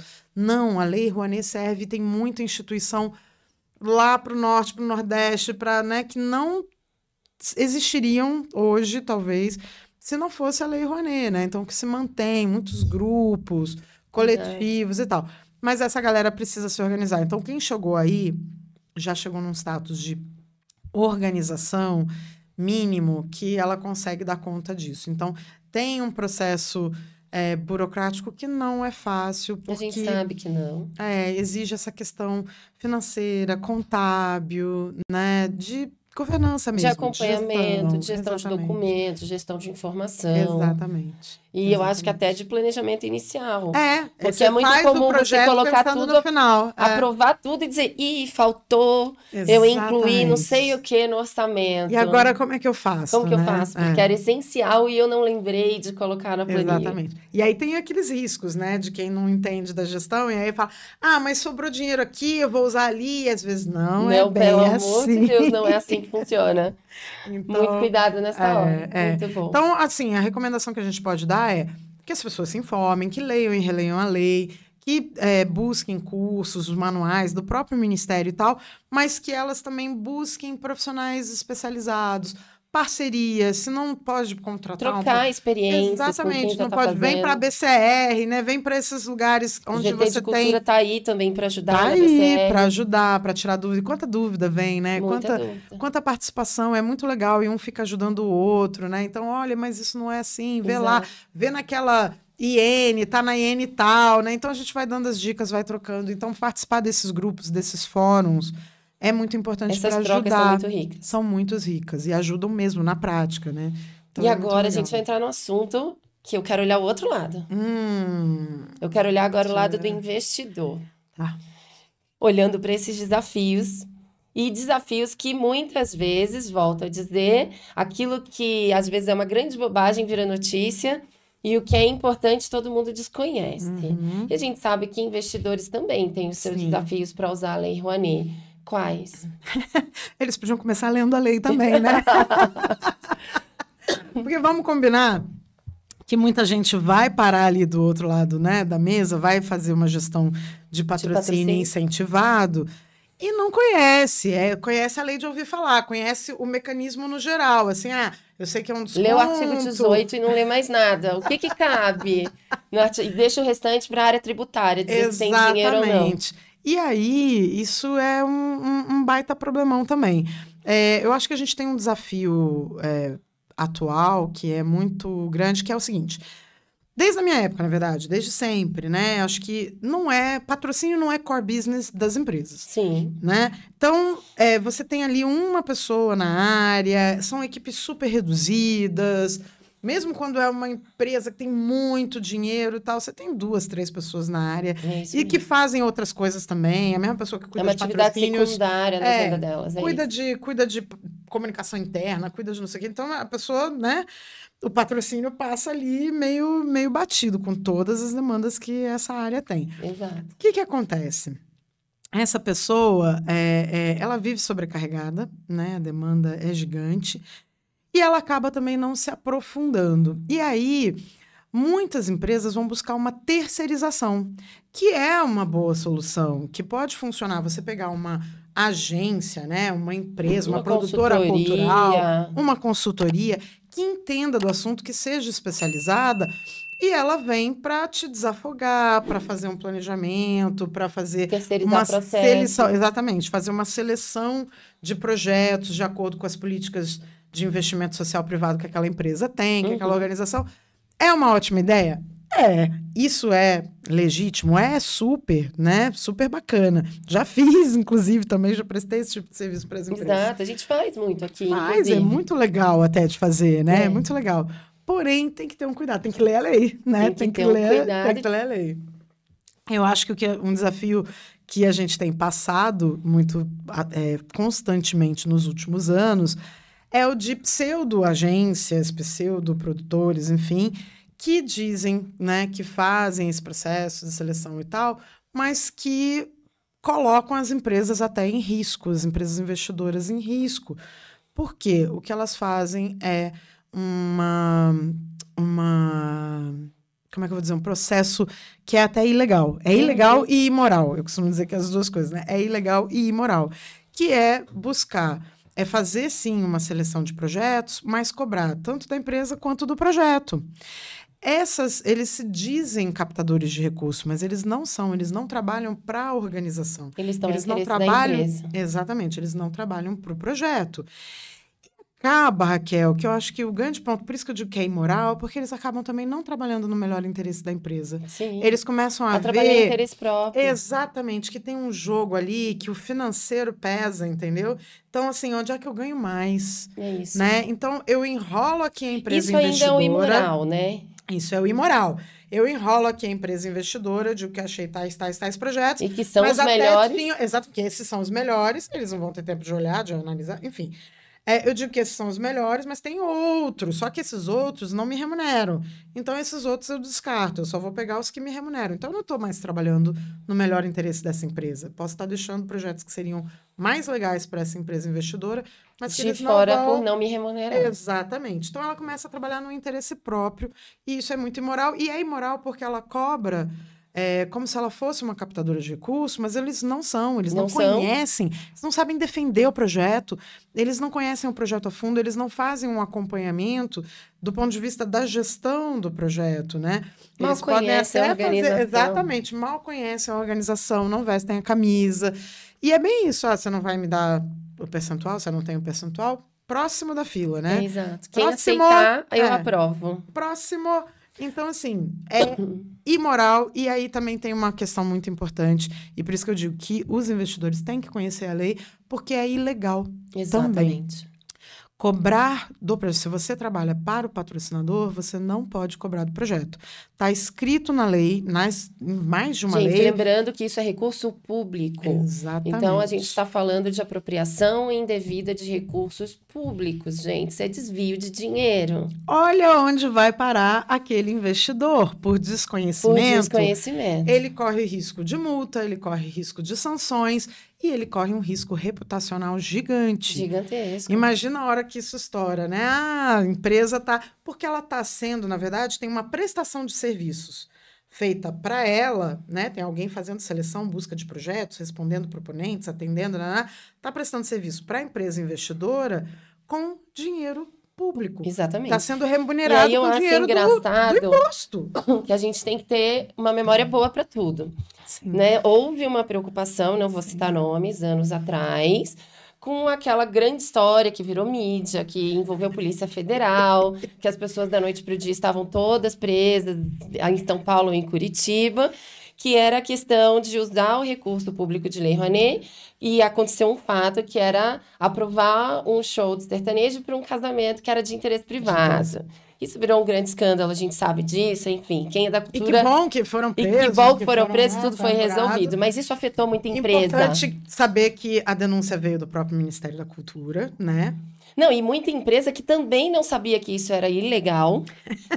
Porque a história contada... do livro, né? Livro de 100 anos. Sobre a minha própria história. Era isso. Empresa, era. Exatamente. Então, assim, mas muita empresa, por desconhecimento... Sim. Eu sei que realmente não chegava a ponto mesmo de compreender que aquilo era ilegal. Não é uma maldade. E não era uma maldade. Sim. Então, quer dizer, a gente já teve fatos relevantes que impactaram não só em reputação, mas que impactaram em prejuízo financeiro. Então, a gente está falando de risco. Efetivamente, em épocas de ESG, isso é super importante. É risco de governança, é risco de integridade, compliance, é risco social. Exatamente. Né? E agora a gente está falando de uma outra prática que pode chegar no mesmo resultado. Exatamente. De risco, apropriação indébita de recurso público e uma série de outras coisas. É isso. É disso que estamos falando. E isso ninguém... As empresas ainda não estão percebendo o risco que correm. Eles ainda não estão percebendo. O discurso dessas agências cola muito, funciona muito. E parece que tá certo, né? Não, eu vou te dizer, eu lá atrás, muito lá atrás, eu acho que é bom até a gente dizer isso, né? E funcionar de uma forma transparente. Lá atrás, eu já fiz isso. Eu fui contratada por uma empresa para fazer a seleção de projetos para essa empresa, né? Eu, Companhia da Cultura. Fomos lá fazer, eles falaram, olha, bacana a proposta de vocês para um ano, né? E, enfim, cheio de prestações de serviços diversas, porque tinha um atendimento gigante, tinha que responder todo mundo e tal, não sei o quê. E fazer a seleção dos projetos, e acompanhar, e manda para comitê, e faz isso, né? Então, fizemos uma propostona, um ano. Aí eles falaram, olha, muito legal essa proposta, mas tá um pouco pesado pra gente, não era o que a gente tinha previsto no orçamento. Vocês não podem reduzir... Para tanto, fizeram uma contraproposta, e aí vocês não tem a verba lá do projeto, que é da captação de recursos, não sei o quê, tarará. Eu te confesso que há muitos anos atrás, eu não me dei conta disso também. A empresa patrocinadora. Aí ela tinha muita clareza. A empresa patrocinadora. E eu não me dei conta. E aí eu falei, não, claro, beleza. E aí fizemos um contrato assim, que a gente ia receber dos projetos. Quando passou, a gente prestando serviço, fazendo a seleção super corretamente. Quando a gente fechou os selecionados e a gente comunicou para os selecionados que eles precisavam passar a remuneração, vieram algumas organizações não questionaram nada. Nem questionaram. Não, e algumas organizações, especificamente duas organizações questionaram. E aquilo me incomodou profundamente. Aí caiu a ficha, Raquel. Eu falei, cara, isso não tá certo mesmo. Porque se ele me diz, não, agora eu não recebo dele. Ué, agora eu não seleciono mais ele? Porque aí eu fico no prejuízo, né? Afinal de contas, eu tinha feito acordo. Eu tinha feito uma proposta. Eu falei assim, mas ele tá certo. Eu não tô trabalhando para ele. Eu precisei passar por isso para me dar conta. Porque na época também não tinha explícito mesmo na lei, né? Não tava. E aí eu falei, cara, eles estão certos de reclamar. Porque eu não sou captadora, eu não tô trabalhando para eles. E ficou esquisito esse negócio, porque aí é que eu me dei conta do que para mim é o mais forte, o conflito de interesses. Eu falei, e agora? Então eu não seleciono mais esse cara, se ele me diz que não paga? Então eu tô trabalhando para quem, afinal de contas, né? Qual é o meu papel? E aí caiu aquele big ponto de interrogação, feito uma bigorna de desenho, animado, caiu na minha cabeça, eu falei, gente, tá errado isso, é um conflito de interesse. E aí, a partir daquilo, eu não trabalhei mais dessa forma, mesmo ainda não estando previsto na lei que Mas era você ilegal. compreendeu o cenário, entendeu o que estava acontecendo. E ficou muito evidente o conflito de interesses para mim. Beleza, a gente selecionou aquelas organizações, tá? Elas seguiram e tal, enfim. Aí, no ano seguinte, a gente fez outra negociação com essa empresa. E aí, claro, ela não quis mais trabalhar com a gente, porque a gente ficou caro para a empresa, né? Claro. Para o investidor, a gente ficou caro. Mas beleza. Aí, alguns anos depois, e muita gente trabalhando com esse tema, e muitas organizações sofrendo, né? Porque aí precisava dar os 10% e tal. E tem, inclusive, empresas que cobram aí mais do que isso, a gente sabe. No mercado. E aí elas entenderam. Aí as leis trouxeram, né? Então, o PROMAC, que é a municipal aqui de São Paulo, já desde o início trouxe isso explícito como algo ilegal no texto. A lei do esporte colocou, previu multa. E aí a lei Rouanet, só agora, com essa mudança de gestão, é que veio claramente escrito o que é vantagem indevida, que isso é vantagem indevida.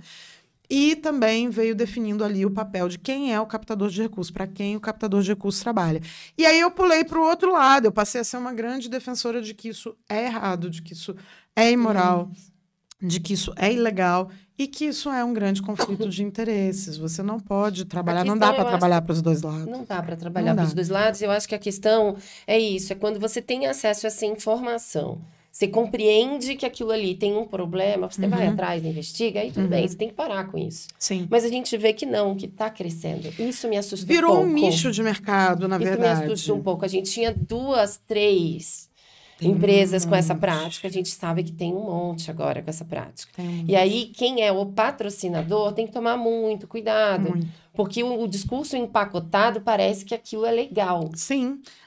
O que essas agências, vamos botar aqui entre aspas, né, vendem para o patrocinador é isso. Não, já existe uma previsão de verba dentro da própria legislação. E estamos na legalidade. Então, tá tudo certo, a gente vai receber do projeto. A gente atua como um captador de recursos.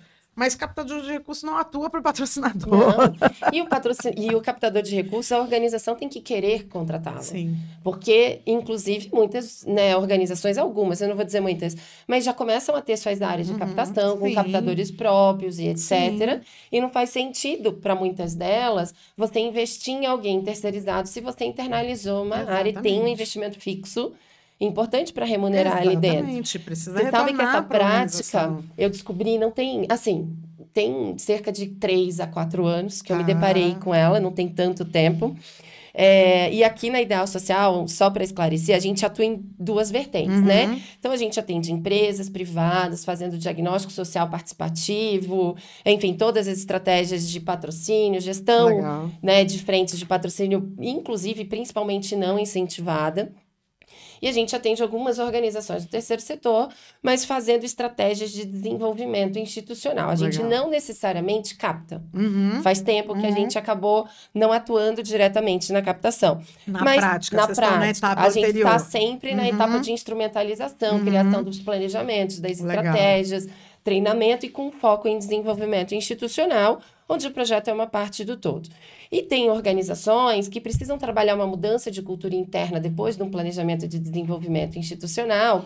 Então, a gente continua contratado de maneira fixa, né, ao longo dos anos, para garantir que a estratégia seja implementada por aquela equipe de captação. E nisso, tinham 2 potenciais muito grandes, com 2 empresas, com 2 decisores com os quais eu trabalhei. Ou seja, eu pego o telefone e ligo para a pessoa e pergunto, olha, qual é o teu caminho hoje na empresa para que faça chegar um projeto, etc. Como cadastra, onde você quer que mande? Eu não estou pedindo patrocínio porque a gente não capta. Mas eu liguei e perguntei, eu quero saber as informações para poder passar para a organização. Como você quer que esta organização se cadastre para chegar no teu processo seletivo, nos teus comitês internos de seleção, enfim, não estou captando. Mas que eu estou querendo saber como cadastrar. E eram pessoas, assim, que eu tinha decisores, um era o CEO de uma empresa, e que eu tenho muita liberdade de ligar, de falar, etc., porque eu trabalhei com essas pessoas durante muitos anos, né, olhando para o Instituto Empresarial, para o setor privado. E aí os dois foram super receptivos, né? E falou, poxa, inscreve na plataforma X, lá tal, não pode ser mais X, né? Não X pode, não é a X. Inscreve naquela... Que show da Xuxa é esse? Inscreve naquela plataforma. Ele é o nosso único canal de receber projetos e selecionar projetos. Ou seja, não adianta mandar por e-mail, não adianta tentar acesso pelo site da própria empresa. Nós, empresa, fechamos com essa plataforma e ali é o meu único canal de recebimento de projetos e faremos a seleção por dentro dessa plataforma, portanto, peça para que subam todos os documentos. Sim. Eu falei, ótimo. Entrei na plataforma, aí eu mandei um link e começaram a fazer um cadastro. Chega um ponto do cadastro que tá escrito assim, ó. Letrinhas miúdas. Deste tamaninho. Uma caixinha para você dar um ok e dizendo, você concorda em ser aprovado, que remunerará em 10% a plataforma. Aí, sabe quando... Aí eles pararam, tiraram uma foto, me mandaram. Eu mandei para a empresa, inclusive para o presidente da empresa. Falei, olha, estão pedindo uma comissão, mas é o captador que está cadastrando o projeto na plataforma. É o captador que ganha essa comissão. Da instituição. Ou seja, eu não preciso de 2 captadores dentro de um mesmo processo. O captador da instituição já está. Quem tem as informações atuando. É o captador que está lá cadastrando. Exato. O cara tem uma plataforma. Se essa plataforma está a serviço da empresa, ela tem que ser remunerada pela empresa. E a empresa não sabia o que me responder. Uau! E aí eu fui procurar caminhos para tentar falar com a própria plataforma para entender. Eu estou tentando cadastrar, né? E ainda numa inocência de estou aqui tentando cadastrar. Vontade, né? Ó, não concordamos em contratar esse serviço, porque é o próprio captador, já existe um captador. E é ele que está cadastrando o projeto. Aonde eu dou sequência na ficha de inscrição, já que, né, que a organização tem um captador e não vai contratar um segundo para o mesmo processo. Não pode. E aí, obviamente... Tem aquelas, mas assim, não converse isso com a empresa. Eu vou abrir uma exceção e eu vou tirar a exigência só para você. Né? Que bonzinho. 2 anos seguidos isso acontecendo, porque eu fiz aí eu fiz questão de fazer o teste no próximo ano, né? E a situação se manteve. Sim, se então, mantém mesmo. Práticas como essa, o que me assusta é que elas ainda estão crescendo muito. A gente viveu uma experiência no Cultura e Mercado, assim, bem dolorosa. E digo Cultura e Mercado, a gente não faz captação pelo Cultura e Mercado, mas nós fomos procurados por uma dessas plataformas para sermos parceiros.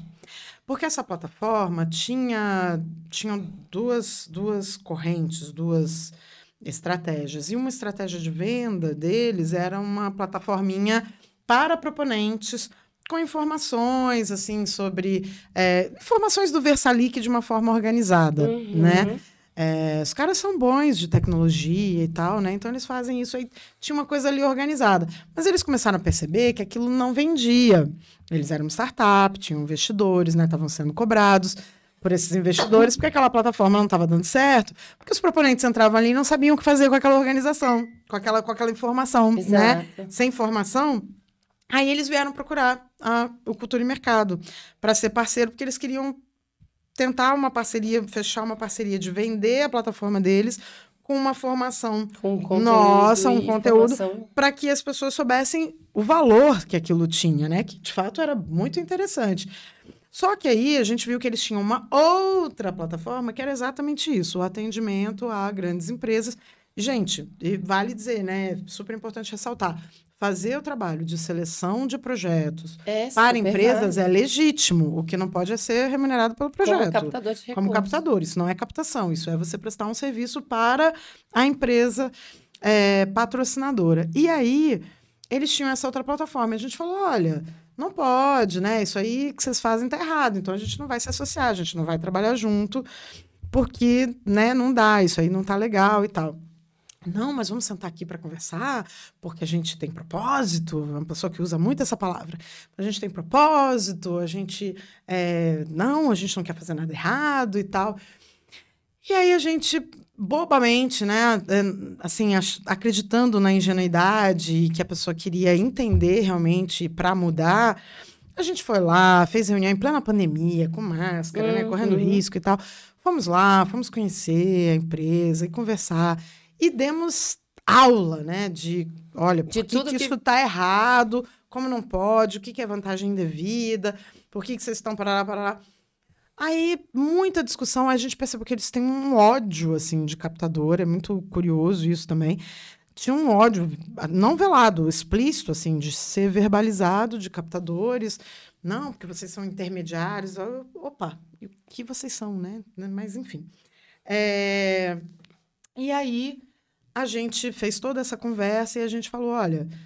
Aí eles disseram, não, vamos mudar, a gente não vai fazer mais isso, a gente não quer fazer nada ilegal e tal. Mas a gente tem consultorias jurídicas, eles tinham uma consultoria jurídica bem relevante e tal, na área da cultura, que a gente também estranhou. Depois a gente viu que houve um afastamento, mas enfim.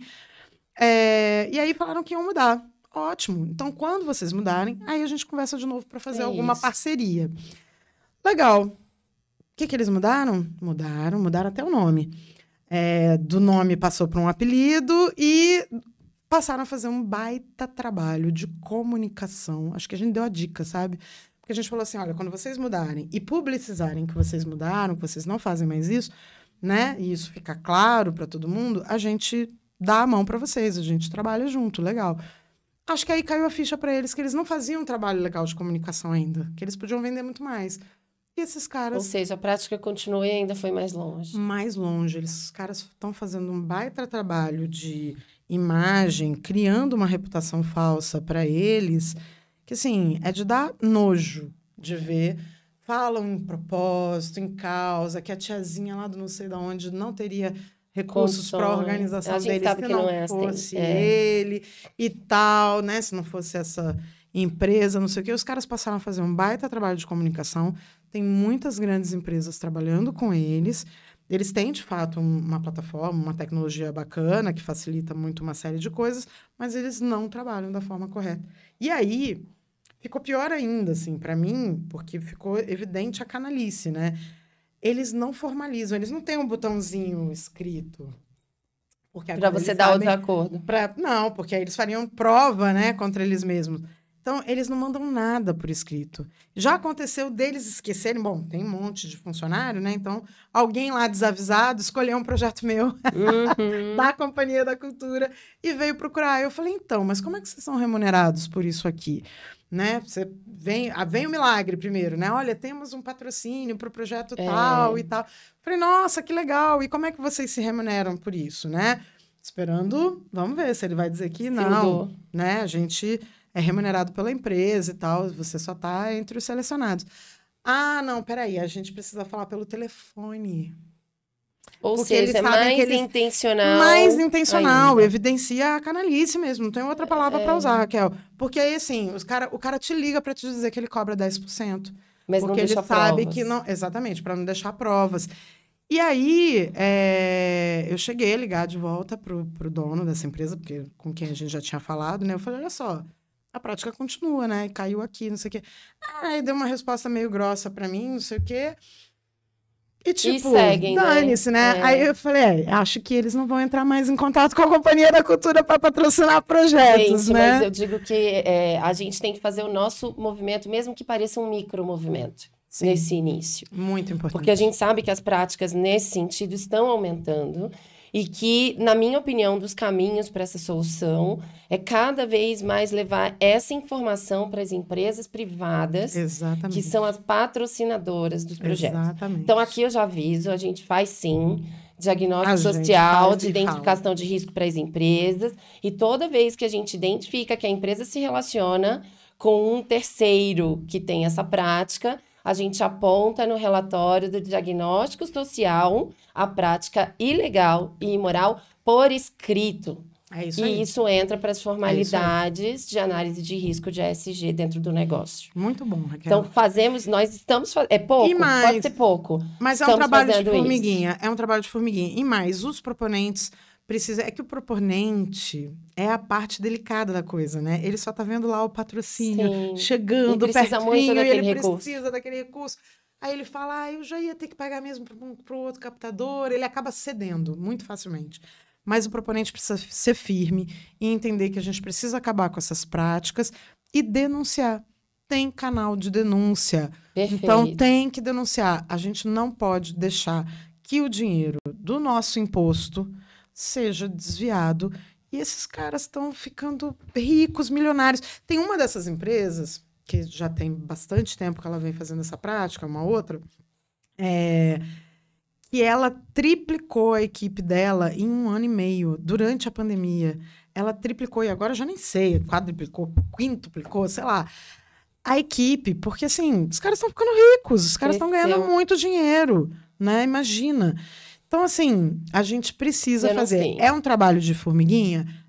Mas tem que fazer. Se cada um de nós denunciar, e se essas empresas forem começar a ser olhadas lá pelo Ministério e elas começarem a ter que atuar de outra forma, porque eu não quero que ninguém feche. Agora, não quero que ninguém quebre. Eu não quero que ninguém seja demitido. Só atuar correto. Eu só quero que as pessoas atuem da maneira correta, porque dá para ganhar dinheiro, né? Agora, também, os investidores também precisam parar de acreditar em milagre, né? Denunciem também para os investidores. Sim, super Usem importante. os canais de denúncia que as grandes empresas têm disponível. Super importante. Se a gente não faz isso, entrar para a estatística dentro de um canal de denúncia... vai ser muito difícil da empresa conseguir tratar isso através de um profissional ali dentro. Então, denunciem também para as grandes empresas, nos canais que sempre vão haver disponíveis para denúncia. Aproveitem os canais e façam a denúncia. Muito importante. Dani, chegando ao fim. E também depois disso tudo, né? A gente já falou pra caramba. Pergunta final aqui para você, que eu gosto sempre de perguntar. Porque a gente, na área social, a gente trabalha com tanta coisa, né? A gente vai abraçando o mundo, conhece várias causas, trabalha, enfim, em vários ambientes. Qual é a tua causa do coração? Isso é cruel, né? Pergunta difícil. Difícil, né? Para quem trabalha nessa área. Eu sou muito apaixonada por várias causas, mas eu acho que... eu poderia dizer os museus, né? Sua origem ali. Tem a ver com a minha origem, e acabei falando pouco. Trabalho bastante com os museus, gosto muito. Mas acho que tem uma causa que pega mais forte comigo, porque é a causa que eu trabalho em casa, digamos assim, né? Com as filhas, né? Com as crianças, enfim. E que eu acho que é o que foi transformador para mim, que é a causa da leitura. Eu acho que leitura tem tudo a ver com cidadania, sabe? Com entender o mundo. Se você lê direito, você entende a lei, né? Você entende o que é uma vantagem indevida, por que não pode. Se você... e quanto mais você lê, quanto mais você abre a cabeça para um monte de coisas, né? Eu acho que tem uma importância muito grande a gente ter uma qualidade de leitura, né? Porque também não basta só ler. É ler, saber interpretar e ler coisas diferentes, ler o que gosta e o que não gosta, né? Pode ler qualquer coisa, pode ler romance, ficção científica, terror, qualquer coisa. Mas ler, eu acho que é algo muito importante na vida das pessoas. Então, acho que a causa da leitura, o incentivo à leitura, permitir o acesso a livros, né, ao conhecimento de uma maneira geral. Vê quantas vezes a gente falou em informação, conhecimento, formação. Mas tudo isso começa pela leitura, se a pessoa não tiver... E a gente está perdendo muito isso, né? Com essa coisa do celular, de tudo é 140 caracteres, tudo é muito rápido. Abrevia para facilitar a escrita. Abrevia tudo, exatamente. Então, a gente está perdendo muito... a leitura, a qualidade da interpretação de um texto, né? A gente manda um e-mail e a pessoa devolve com tudo que está escrito naquele e-mail. Ela pergunta de novo, porque ela não leu direito. Então, assim, eu acho que isso é uma causa pela qual vale a pena lutar, porque ela pode influenciar em todas as outras.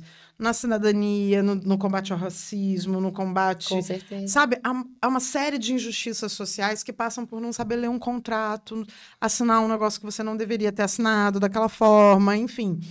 Então, eu acho que a causa da leitura é o que bate no meu coração, assim, fortemente. Muito bom. Dani, obrigada. Eu quero Se deixar, a gente fala mais e mais e mais. Quero passar a tarde aqui agora. Obrigada pela participação, foi ótimo. Você foi a primeira pessoa que veio com esse enfoque de cultura, esse pertencimento de cultura. Então, obrigada por trazer esse cenário todo pra gente. Obrigada, Raquel. Obrigada pelo convite. Parabéns pelo podcast. É muito gostoso de ouvir e é muito importante. Acho que hoje aqui a gente trouxe temas super relevantes. Eu acho que é super importante. Obrigadão. Obrigada.